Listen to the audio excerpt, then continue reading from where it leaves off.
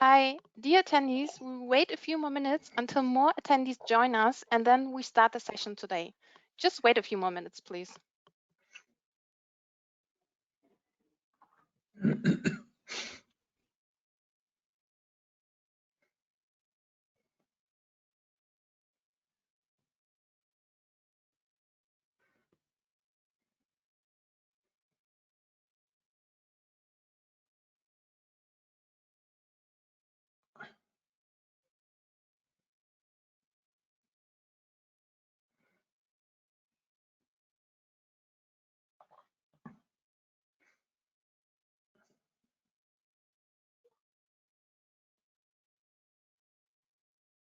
I think we can start now. Hi, and welcome to our CSA Digital Email Summit. And our session for today is Dmarc is here to stay. Now what? My name is Maike, and I'm part of the Certified Senders Alliance. Perhaps you don't know the Certified Senders Alliance, or you don't know what we do. We will be glad to give you more information. Just feel free to contact us after the webinar, and we will get back to you. And yes, as you can see, we have two sponsors doing the spring edition. First of all, it's Dmarc and Harlon. Thank you both for supporting us during the spring edition. And dear attendees, if you want to get more information about Dmarc or Harlan or both maybe, you can find the sponsoring booklet in the download section. It might be on the right side on your screen. And then, of course, you can contact the sponsors directly. And yeah, the housekeeping rules for today. They are a little bit different than the webinars before. So you are not, of course, you're muted during the whole webinar, but you can ask your questions during the webinar by raising your hand. You can ask them live, or you can use the chat function. It's also on the control panel on the right screen. If you want to talk, or if you want to ask your questions, just raise up your hand. We see it. And Patrick and Alex will answer your questions during the webinar. Of course, you can submit your questions also at the end of the webinar. It's up to you how you want to use it. Of course, you can ask the question live, or you can write your question. And yes, as I mentioned, our speaker for today are Alex and Patrick. I'm happy that they found the time today to speak with us about the topic Dmarc. And yeah, I think that's enough for me today, for me now. And I will hand over to Patrick, who starts the presentation. And as I mentioned, you will hear me during the webinar again. So if you have any questions or something like that, you can write chat during the chat function. Sorry. Directly to me or to the speaker. It's up to you. So see you soon, and here's you. Bye. So hello, everybody. Let's see. I'll have to adjust that here. Yeah. And you should probably see my screen now. So how do we start? I think we didn't discuss about that, Alex, did we? Let's start by something that happened a few years ago when I attended an IETF meeting in Berlin. I saw a few really excited people at the IETF talking about something that was very new to me. It was called Dmarc. And when they explained it, had explained it to me, I thought, yeah, that's going to be something that we'll have to do within the next years, because it has the power to diminish phishing, which is a larger problem right now. So as it goes, there have been a few years working on Dmarc, because Dmarc had a few issues. It still has a few issues, but it's production ready, and people have begun to use it. And that's why Alex and I thought we would start a presentation about that, because we think you should be on board when it takes place, because Dmarc will have an impact in your business. Yep. Alex, would you like to start with a presentation and I scroll the slides, or?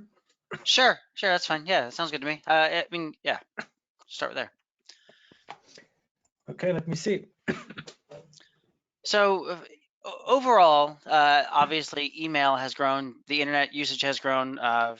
It's become quite clear that an abundance of e-commerce, or commerce in general, is happening on the internet. It's now no longer just for surfing personal web pages and watching videos.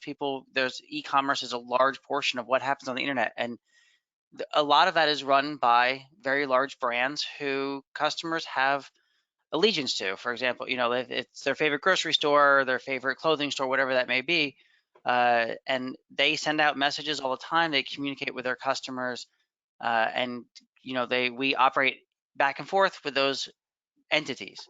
It's not just enough that we visit the website. We invite them into our inbox and they provide information to us. So.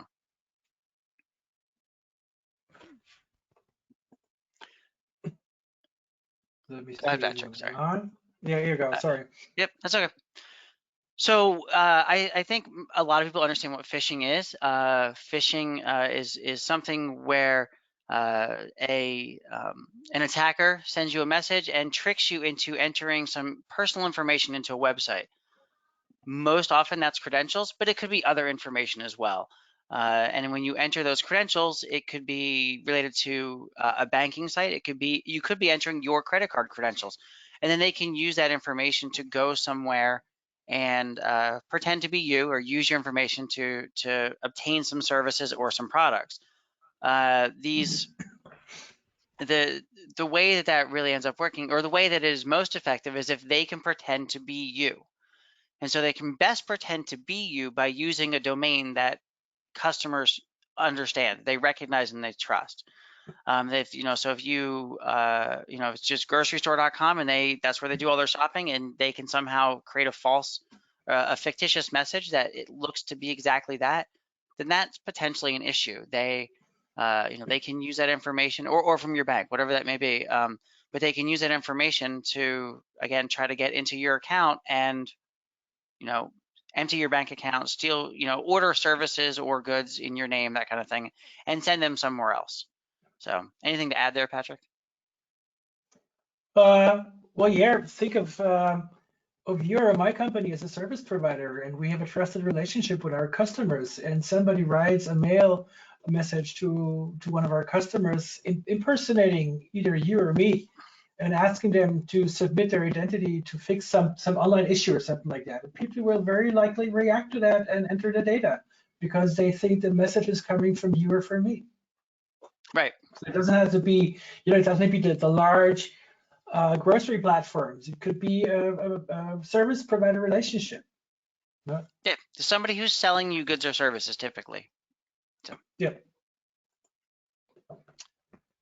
So in general, the way that Dmarc works is there's a couple there's two main authentication methods, and one is to use SPF, and then the other one's called DKIM, and we'll get into those in a little bit. But it allows you to control or advertise that these messages are yours. You're basically you're telling the receiver that these messages are yours, and you authorize them to be delivered. You're taking accountability for those messages and whatever the content of those messages may be.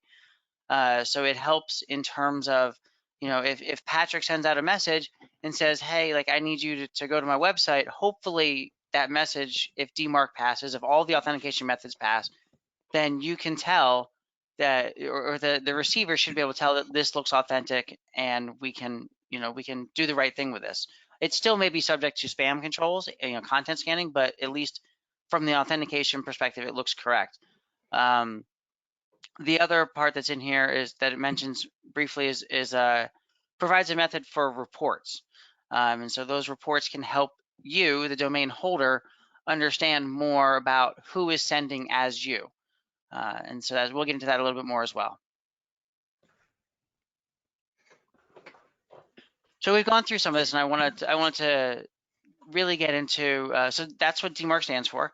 SPF and DKIM. SPF effectively is telling a receiver which host should be sending as your domain, and so that's typically tied to the envelope sender, which you can't really tell, but these IPs are responsible for my ISP or my company.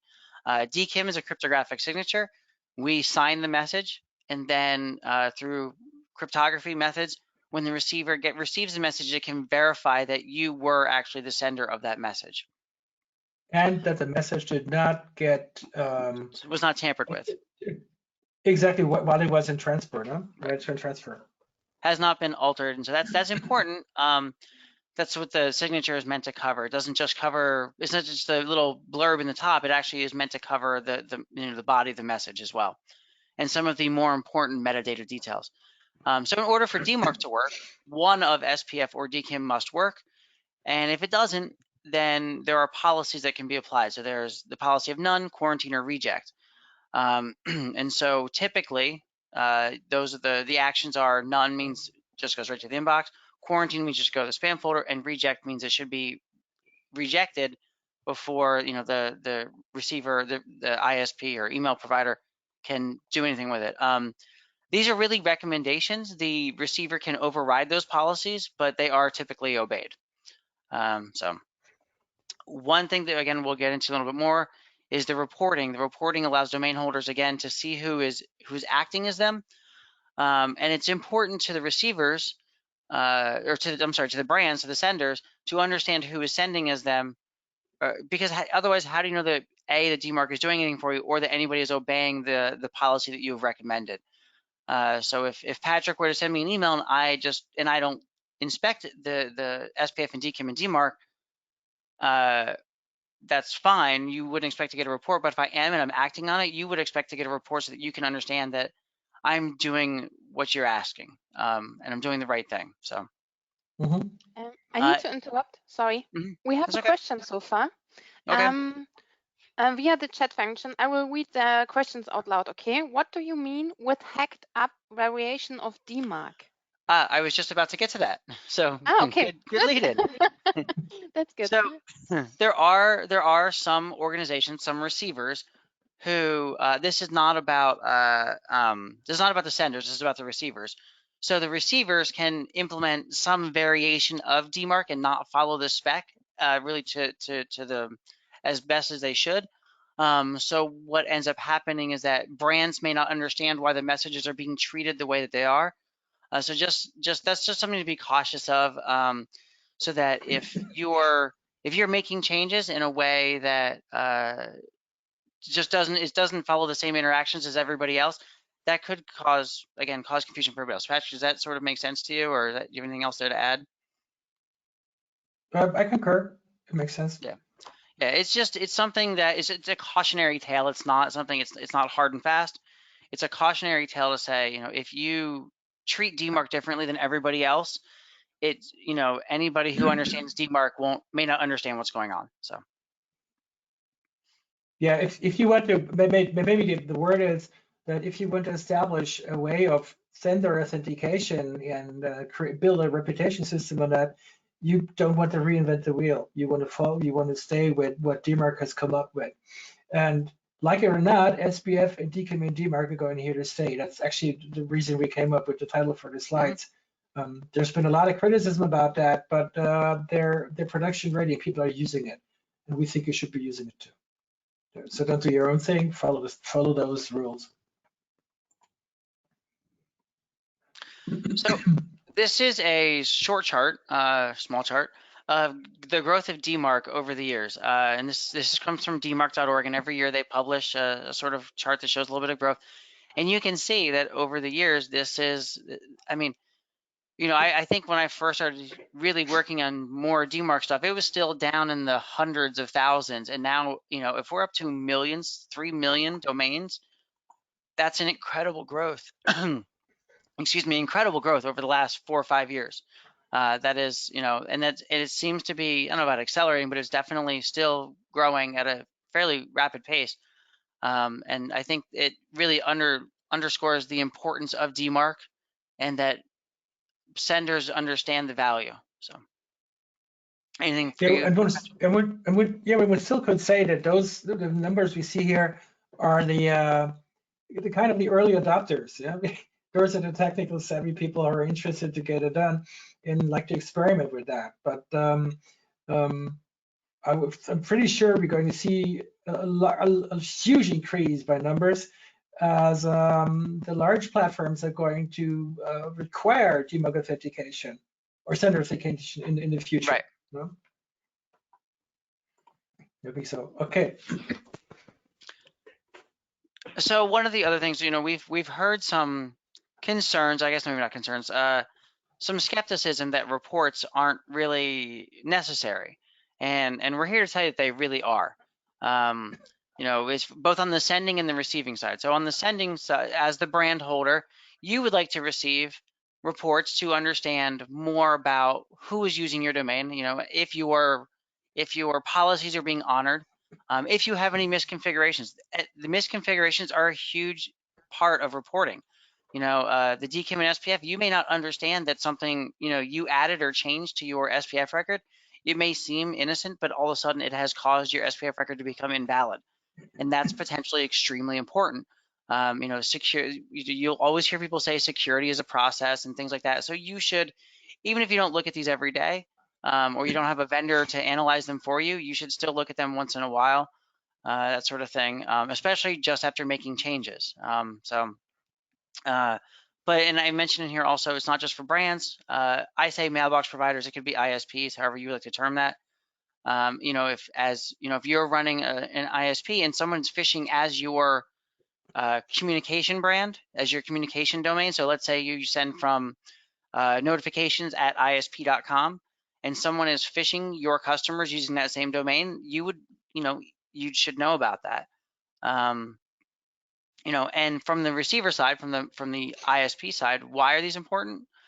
You know, it's if you would like senders to utilize message authentication, you need to let them know that that you're doing it and that you're doing your best to honor their policies and things like that, and to help them understand where Dmarc is working for them, or if it's misconfigured, you know, help them again understand how that's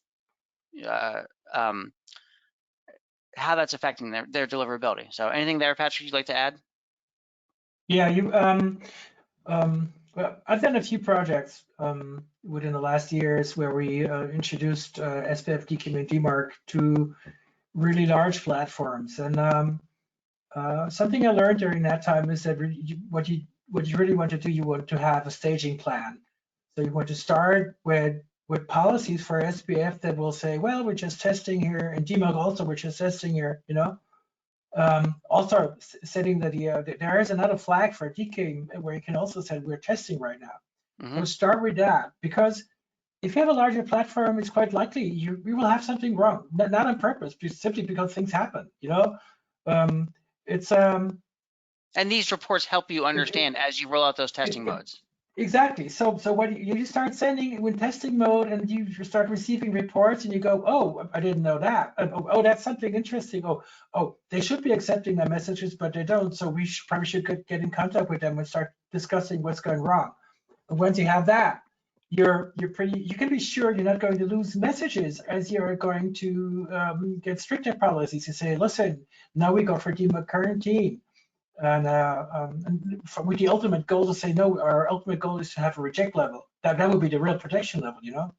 So you want to do something, do a step, take a look at the report, see what's going on, and then decide if you can proceed or need to stop and fix things and go on.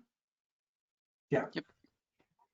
That's what the reports are important for. It's actually one of the things that we've been talking. Receivers, big receiver platform is if you want Dmarc, you will have to add report capabilities. Often they think they will have to do that because they don't see the money in it. But when we tell them, if you want Dmarc, you need the reporting because we're not going to start Dmarc without the reporting because we might lose messages. How will we know without reports? Mm-hmm. So one of the concerns that we've heard over time is about the privacy in aggregate reports, and we'd like to just make sure that folks understand there really shouldn't be any concern as it relates to privacy. In terms of customer data, there really shouldn't be any. These aggregate reports contain exactly what they say. They're aggregate data. There shouldn't really be. In most cases, you won't find an email address, things like that. There's the email address that is in there is related to the reporting entity or the receiving entity. It's not about the consumer of the message. And the same thing with IP addresses. You won't find a customer IP address in there. There are forensic reports, and we didn't really cover that today, but forensic reports do have more data, and could be some information there that may be questionable, but it's not as those are not as prevalent. So we don't really want to cover them as much, but that's something if you would like to talk to a Dmarc expert about, we understand. So Patrick, anything to add there? Yeah, forensic reports, it's, at least as far as I recall, are going to be deprecated because they're really too data heavy. While they were interesting in the start, they're good to debug. Actually, for postmasters, they contain a lot of information you want to have at your own hands when you start debugging and try to figure out what is going wrong. But from a data protection regulation perspective, they're definitely a no-go. Yeah, there's been discussions about, instead of abandoning them, changing there to be varying levels of forensic reports, I think is what they're suggesting now. Where one might be you just get a set of headers, you don't get any content, for example. So, but that's, there's still some potentially questionable content in the headers. So, we'll wait and see how that kind of turns out. But that's in the future. So. Yeah, maybe the takeaway on this slide is, if you want to stay on the safe side, use aggregate reports. Yeah, You're safe aggregate reports. And they're good. Yeah, they should be good for now. And again, they're beneficial to both the sender and the receiver. So. Again, the receiver it's mostly beneficial because it encourages senders to use Dmarc, so, and shows you're participating. So Patrick, I think, go ahead. So why would anybody want to worry about, as a sender, about Dmarc? Well, as we already said, it's going to be adopted. They're not only discussing it anymore, that they would like to do it, they are in the midst of adopting it and rolling it out. And the testing has been taking place over the last years, and there are a few things have been tested, and so far, at least the major platforms are already using it in their interchange. As they go on, they will start not only to test it anymore, but they will set it into effect, which means they will actively begin to reject messages if they don't comply with Dmarc policies anymore. That will likely have an impact on your business, because at least from measurements that we have from different platforms, we know that many senders and especially email service providers have, let's have it politely, have their issues with sending Dmarc compliant messages. And once the receiver end will start to reject messages, this is going to have a direct impact on your business, because you will not get the deliverability, that's a hard word for a German, the deliverability rate. You are not going to be able to get the deliverability rate you wanted to have or used to have for your customers, and your customers will probably be a little upset. And the worst of it, they will have no idea what Dmarc is and what they need to do about it. So you should probably, if you haven't done so, sit down and figure out what you can do with your business. Thing that we've been thinking about is at least the onboarding is going to become more complex. Most of you probably already have a process for getting the SPF policy or getting your sender domain into your customer's SPF policy. I think best practice is to have a subdomain from your customer's domain and have that delegated to you, where you can add and edit anything the way you want to have it. Sorry. Oh, excuse me, give me for a second. Where is the mouse?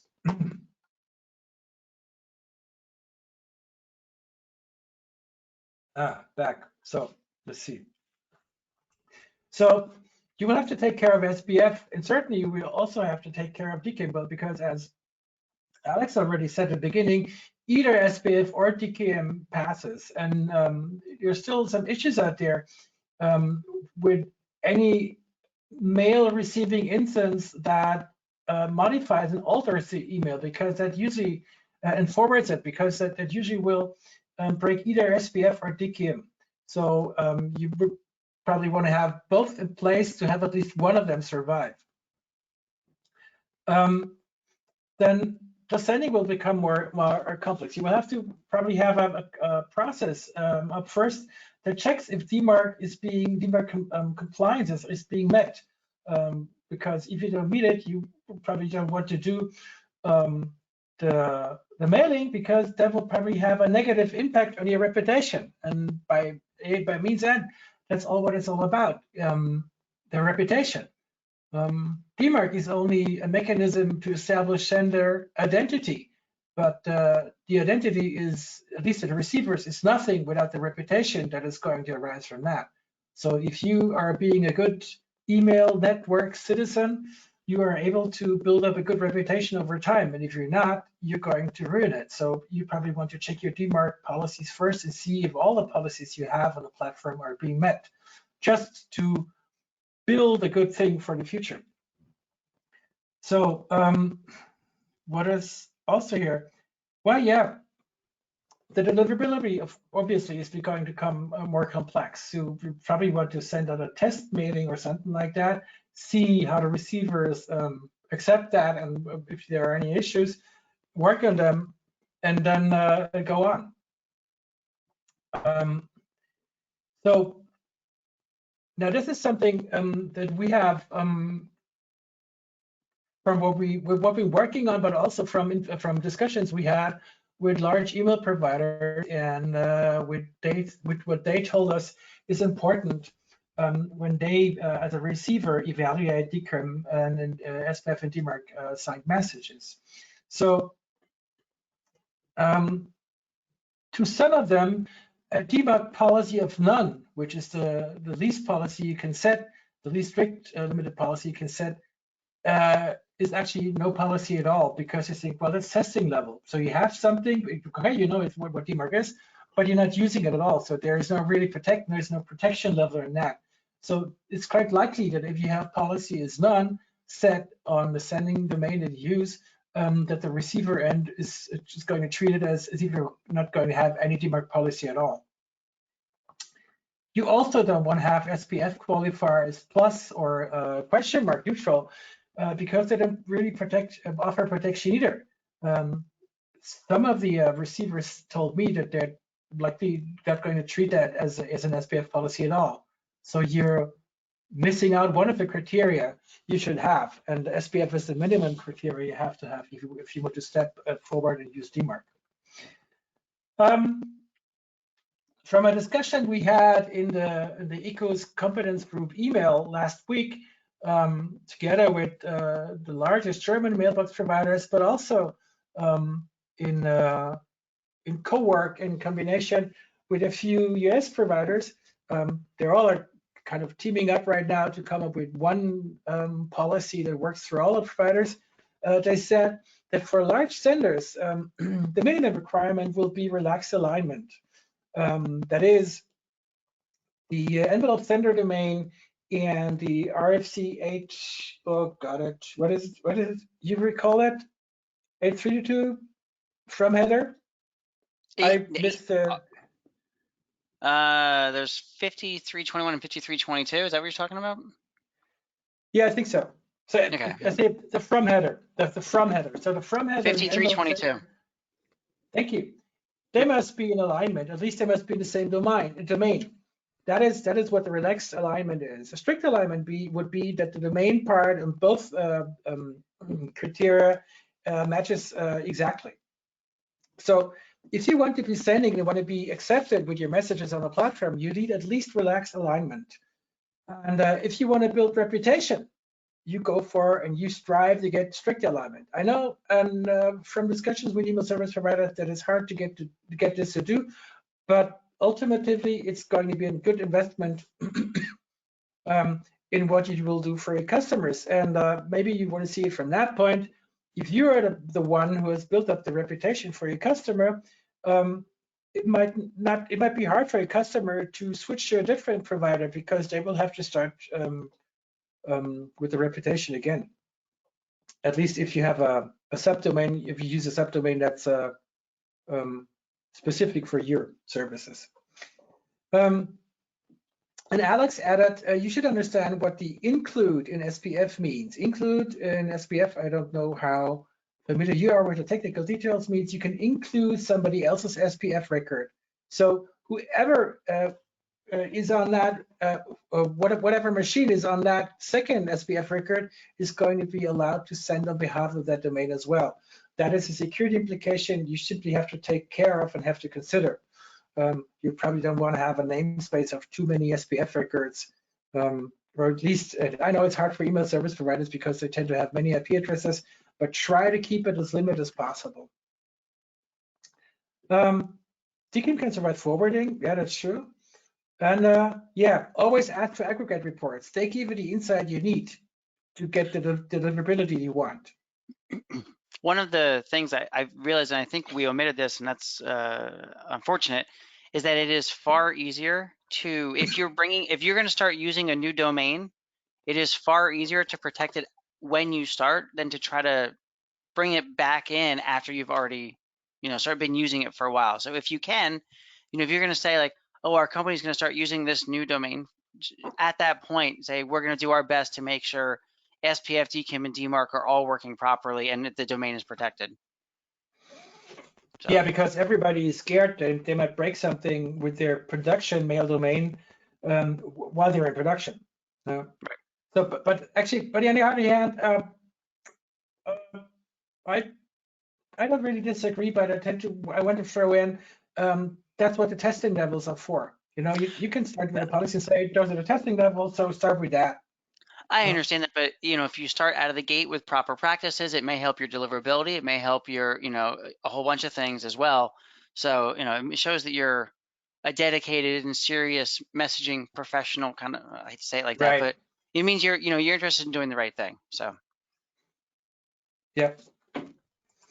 So, and then. So there's not a lot of slides here, and I sort of meant this to be a little bit more of a conversation, I hope.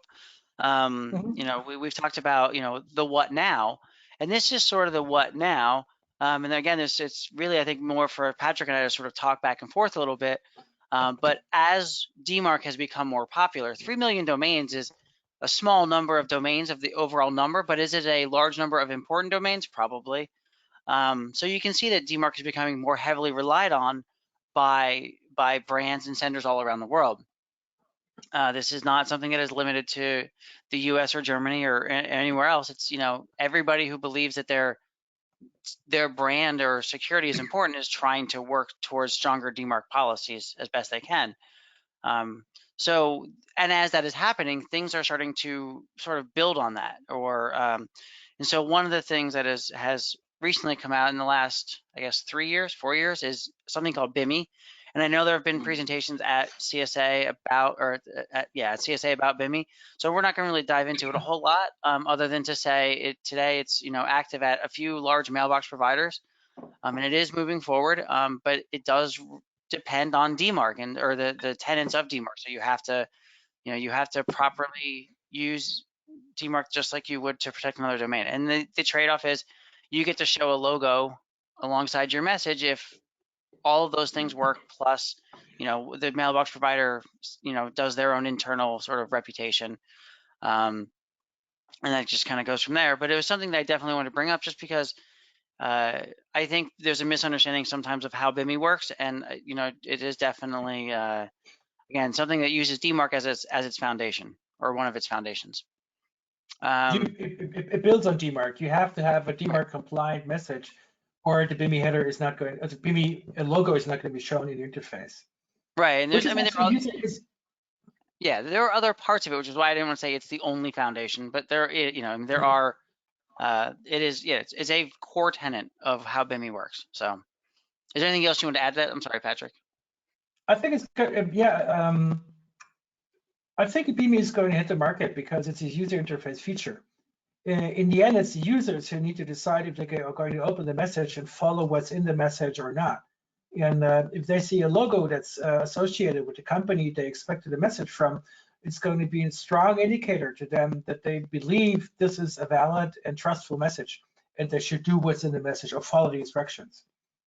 So it's very likely that we're going to see BIMI in web interfaces and also in regular MIA interfaces. Hopefully it expands. So again, so today it's at Yahoo and Fastmail, and Gmail is in trial mode, and so or in a pilot mode. So that's coming eventually, I suppose. So the next item here we have is something called Dmarc Biz, and so this is actually so we talked many times that Dmarc in general has gone through a process called it's within the IETF. So it has become a document. It has an RFC number. That RFC is 7489. But over the years, we've learned some things, and so we're going to make some changes. Nothing drastic, I don't think, but just some things that need to be clarified or things that people don't really use, and we're just going to get rid of so that, it makes a clarification. And maybe, add a few other things in there that people can use to help leverage Dmarc. So that's a process that we're going through. So there's a mailing list there, and there's a website. So the idea there is that, if you want to participate, we're more than happy to have participants. It's, it always helps to have folks who use this in their day job in the real world provide feedback and say, I use this feature, or I wish I had a feature that did this because X, Y, Z. And so that kind of feedback is good for the people that are designing these protocols, these mechanisms. So I think, Patrick, it has some allergies that are out of control. I'm sorry, I'm having serious problems with my throat right now. Do you have anything to add to the Dmarc biz? Yeah, if I can talk, yes. Okay. Sorry. Yeah, actually, it's a shout out to all the senders out there because ITF is a community effort. If you want to see something happen in Dmarc, you better get involved, because in the end, it's going to be you when it comes to closing a draft and make it become an RFC, to be there, raise your voice and say, listen, I want to have this on board or not. So I think actually, I don't know. Has Dmarc been very receiver end driven or sender driven? It's a little bit of both, and there's also the Dmarc vendors who sell service related to this. I think everybody from all sides are really saying, like, hey, I don't use this, or I don't use that, or I really wish that we had this. And there are things that I sometimes wish we had in Dmarc, and so that aren't there, and so sometimes we talk about those things. But I think it's really, there's a lot of feedback coming from all sides, but again, more feedback is not necessarily, it's not a bad thing. I mean, it helps us move forward in a way that it creates a mechanism that everybody is happy with and wants to use. And so that's really the best thing that I can say is, if you think you're interested, let's do it. Get involved. So, and it can be just as simple as, you can send an email to myself or Patrick and say, I don't really know how to go about doing this, but I would like to see something that does X, Y, this feature. I think this would be really useful, and we can propose it on your behalf if if you're not comfortable. So, so Patrick, I'll let you handle the next one, because I only know a little bit about that one. So yeah, I'm not only CEO of Sys4, but I'm also leader of the competence group for email at ECO in Germany. And we've been discussing, and we've been following Dmarc development for many years now. We started off many years ago when I think PayPal, as one of the founders of Dmarc, came up and proposed it. And knowing the German jurisdiction, we immediately said, no, forensic report is not going to happen in Germany. They're not going to be allowed. And ECO was the one to step forward and did an evaluation of that, and came back and said, no, it's not going to be okay to do forensic reports, at least not in Germany, but aggregate reports are okay. That's how we, ECO used the money we put into ECO to do something for the whole email community in Germany. So right now, Dmarc is production ready, and all the platforms out there are very actively discussing what they will do with their policies, what they think is going to happen on the sender side, on how the receiver side, what their staging procedures are. We're in the midst of it. So you can really hear the whole, all of the people, the humming from all of the productivity that's going in there right now. And we expect to see, if not testing, but first production levels of Dmarc in Germany by end of the year. There's a larger platform. It takes a while to roll everything out, but the policies are clear, and the policies between email providers also seem to be clear. We just had a meeting last week where I really enjoyed listening to the different providers coming up with the same idea and the concept what they want to do. So the goal is set, and they simply have to step forward and do it now and roll out. And I expect that this will hit the the public sector by end of the year. There's also, sorry, another initiative which is called MESSEU, which is a very nice acronym. I like that very much because it's Modern Email Security Standards for Email in the EU, which is a mess right now and should be better in the future. That's why they call it MESSEU. And that's a different EU citizenship countries that are discussing right now how emails should be exchanged between should be exchanged at government level within the next year or in the future. And they've also come to a point where they said we want sender authentication, and they also are aiming for most of them are aiming for strict alignment. So if you send messages out to government, federal agency or anything like that, you probably want to make sure you have working Dmarc policies and experiences with Dmarc as well. Are you aware? Are they pushing for reporting from the government entities? Do you know that? Since they seem to be, since they're pushing the standards, are they? I feel like some of them are, but I don't know about all of them. They want to report because they understand it's part of fostering the whole ecosystem of Dmarc system. Like I said before, if you want to start sending with a Dmarc policy, you need somebody to report and tell you if you are failing the policies or something going wrong. So they want to be part of that ecosystem and want to report. And they also want to have, and they also want to require others to require reports. But let me just stop for a second. Did I get your question correctly, or did I misunderstand it? No, I think you're okay. I think it's fine. Yeah. So they want that, and as far as it concerns the government level, they're being government level are concerned about data leakage. So they're not sure if they will be using any Dmarc reporting or monitoring platform, or Dmarc monitoring platforms that either runs on premises or where they get guaranteed that their data is not going to lose Europe, not going to leave Europe, sorry, which is important in recent terms of what governments do in Europe. Okay. Just a second. We have a few questions from Pierre Emmanuel. Maybe you want to ask your questions live, Pierre. I give you the right. So if you want to, you can ask your question. You just need to unmute yourself. Yes. Hi, nice to meet you. I live in France. Like my accent can say that on my behalf. Yeah. So my frustration is about the Dmarc is not widely deployed because it's not a requirement in EU for government or financial institutions or every businesses. What is the do you have information about that? Like the Europa .eu will require for enforcement? Well, okay, there is no binding requirement out there at the moment. As far as I know, the MESSEU group is preparing for a requirement, at least at government level, for interchange of information between the different governments in the EU.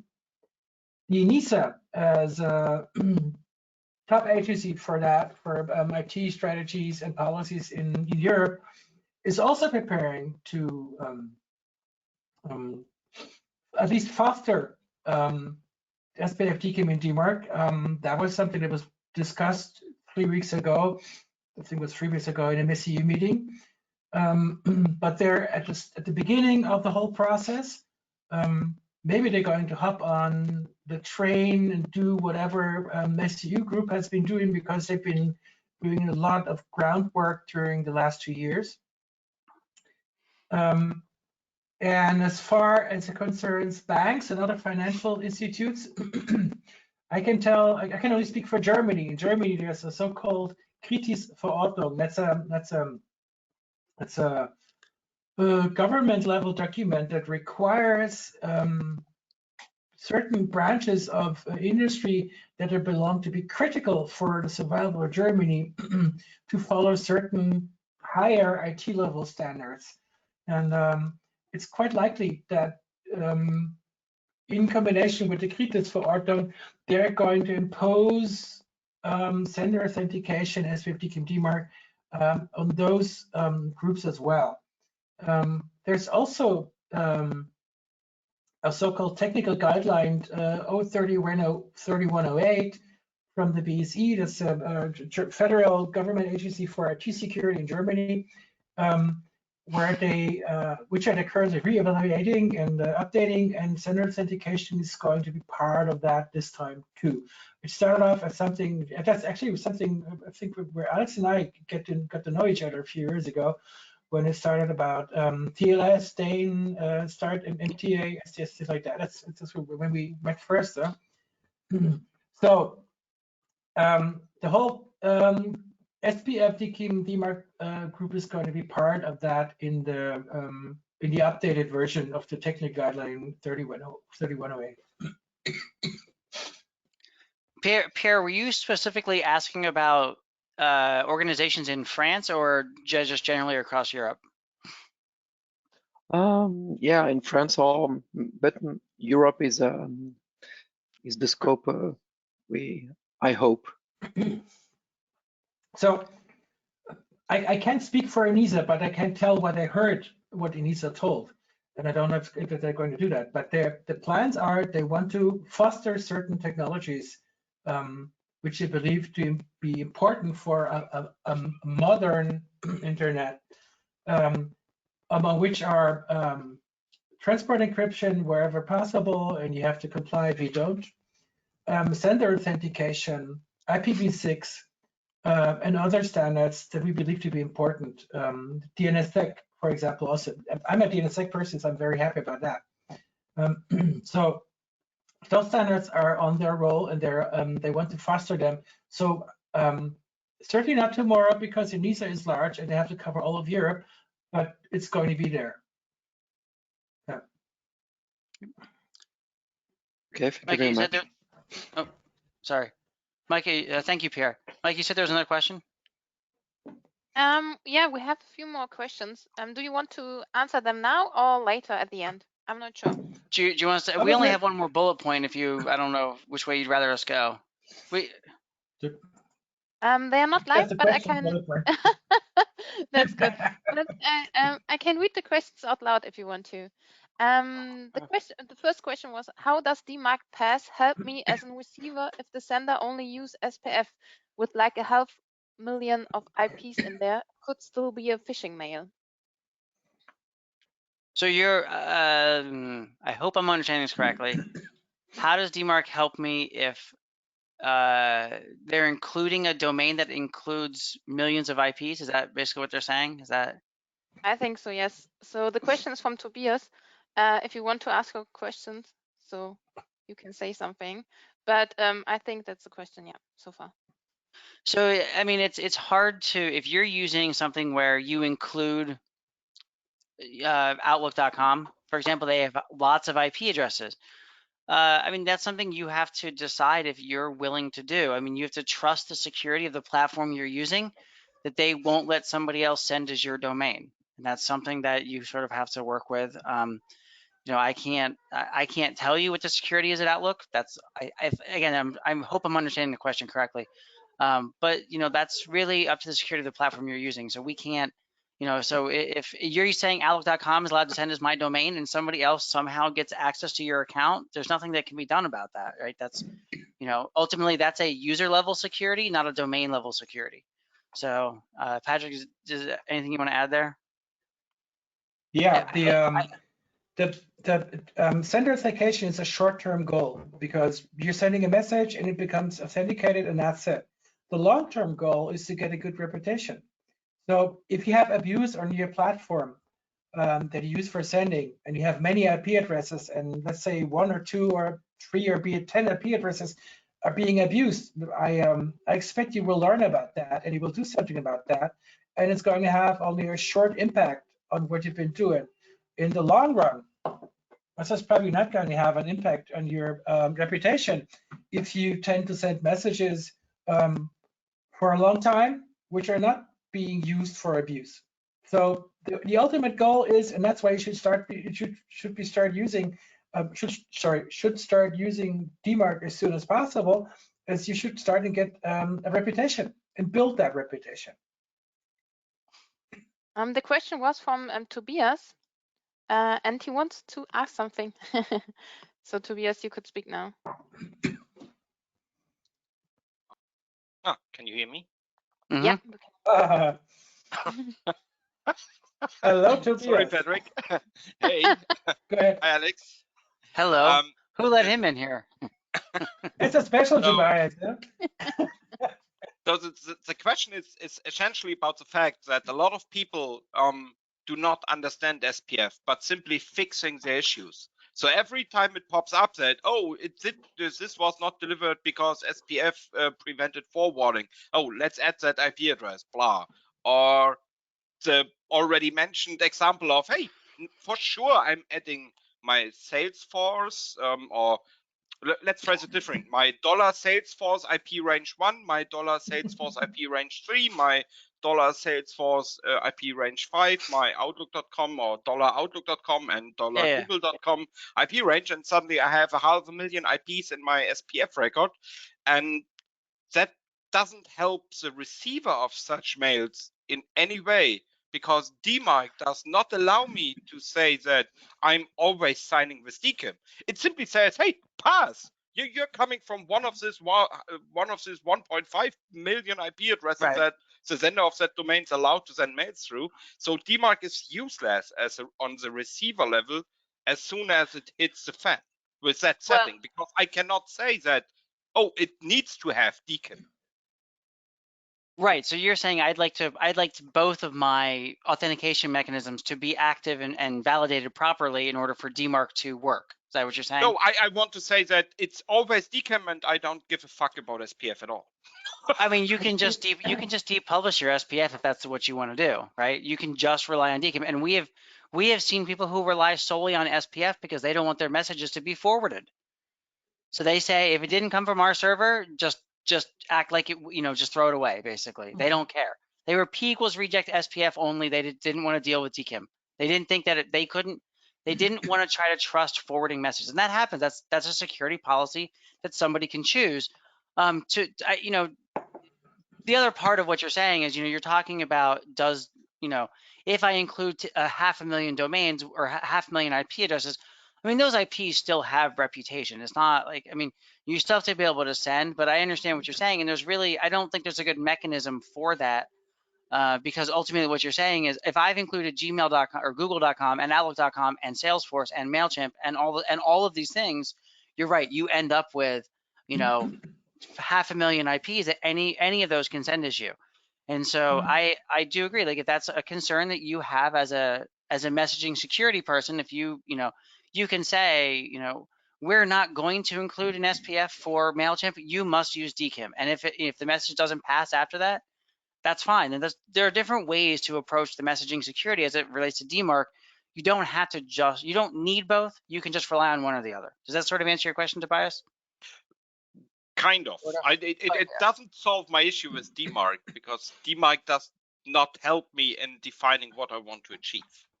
And you're asking it from a different side. You're asking it from the receiver side, not from the sender side, because you already understand as a sender, that you wouldn't want to include 500,000 domains from an ESP. You might say, I don't want to use your shared space.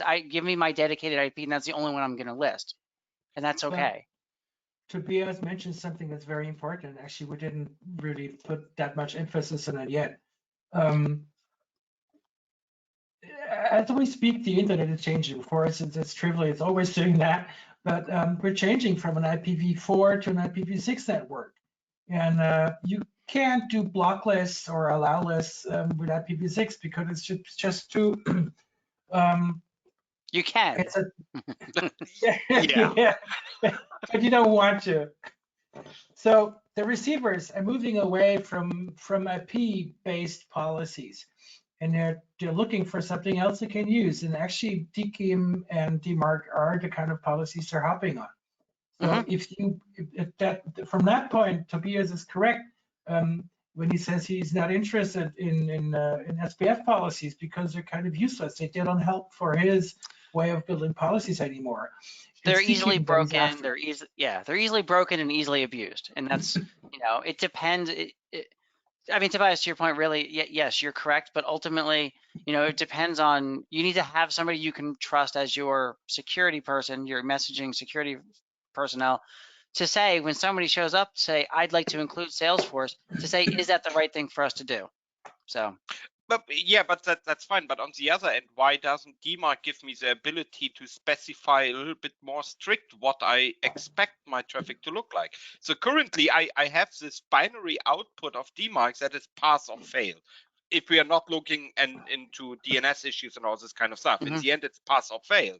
And it simply, Dmarc doesn't care if it was an SPF pass or DKIM pass and all this kind of stuff. So why don't I get a possibility as a sender to say all my Dmarc should only pass if I signed that with DKIM? So you would like a matrix of decisions? No, I would like to have a policy like currently there's RSPF and RDKIM that only says I have to do relaxed or strict alignment, nothing more. But what is about I want to have DKIM is always there to announce to receive. And that's what I'm saying is you would like, not necessarily for you, but you would like there to be the options of a matrix of decisions, not necessarily in your use case, but it might be that I say SPF must always be there. So how does the sender indicate that to the receiver to say, it's nice that we are going to sign things with DKIM, but we always require SPF. If it doesn't have SPF, and we want you to throw it away, we don't care what DKIM shows. And I mean, we can, There's no way to say it needs to be mandatory or optional. Yeah, right. And we should have something. Yeah. There's still a receiving community who could say that if you want to be honored Dmarc at us, you have to do that mandatory. Yep. But it should be optional in the Dmarc record to say as a sender that I always sign with DKIM. Right. And that's impossible currently. I cannot say that. So Dmarc is not really helping me here. Well, Tobias, I can take this back to the Dmarc biz and we can certainly suggest it and see what folks say. Yeah, I don't know if you're on the list, but if not, we know how to find you. Just in case any other of the senders doesn't know Tobias. Tobias is a very well-known person, and he knows how to address the IETF himself and make himself heard. So Tobias, I expect you and us to sit at the IETF meetings and make ourselves heard. I think we should move on to the next question. Sure, okay. Sure. Yep. But thank you, Tobias. Thank you, really. So, the next, I think we have two more questions. So, how much of a positive impact do you see if we use an aligned subdomain for image hosting and for redirect tracking ULS? You mean strict alignment or relaxed? I think it's a content scanner question, and that's a little too nuanced. I don't know that's really, you're talking, well, I don't know who asked the question, but I think they're asking in the content of the message, should those URLs be aligned with the 5322 domain? And I think that's highly dependent on who you're sending the message to. That's not a part of Dmarc. That's part of a secret sauce that receivers have in their filtering software, and they're probably not going to tell because they will open that for miscreants, and they would figure out what a way would be to push messages on the platform without the receivers wanting to do that, to get those. Okay, and the last question for today, I think that's really good for the end. Hi there, what can I do if the reputation of my domain is down, for example, on Hotmail or Gmail? What is your recommendation? How to improve the reputation again? Of course, although I do have SPF, DKIM, and Dmarc on my domain. Do you have a recommendation for him? I mean, this is really something that you would talk to your deliverability folks about, or if you are one. I mean, there's a lot of general guidelines out there about engagement tracking and things like that, or if someone has converted a sale recently, that kind of thing. If they haven't opened a message in 2 years, that may be an indication they're not interested in your messages, or it's a dead mailbox. So, it's really hard to say, but I mean, Hotmail and Gmail have a lot of intricate processes to determine if a message is spam or not, and they have different levels. But I will tell you that user engagement is something that is important to them. So my recommendation is find out what the reason is, what the reasons are that give you bad reputation, because there might be different reasons for. I remember many years ago, one of my best friends asked me if I could help him set up his new mail system, and it was completely new by then. He was having his virtual machine at some cloud provider, and it turned out the cloud provider had IPv4 addresses that really had been burned by spammers before. So there was no way he was going to send messages with the IP address he's going to have. So in the end, he had to change and go to a different cloud provider that was not using burned IP addresses. So in this case, the IP address was the thing that was burned, and there was a bad reputation assigned to that. But you might have a bad reputation for somebody else sending spam on behalf of your domain. And it's or not if the you're on a IP shared address, IP, it's the content. yeah, if you're on a shared IP address and somebody else could be making a mess out of that IP and you may not even know. So the good thing is actually to start taking a look at your own sender domain and finding out what causes the bad reputation, and then start tackling that. There's no one size fits all answer to that. Certainly, sorry. I think that's it. We have all questions answered now. So cool. Thank you, Patrick. Thank you, Alex. Thank you, participants, for joining us today and your time. If you have questions afterwards, you can write us an email. You will get the recording, I think, tomorrow or the next day after. And yeah, just contact us if you have questions, or you can contact, of course, Patrick and Alex directly. And yeah, thanks again for your time, Alex and Patrick. thank you for having us. Bye-bye. Thank Have a you. good time. Bye.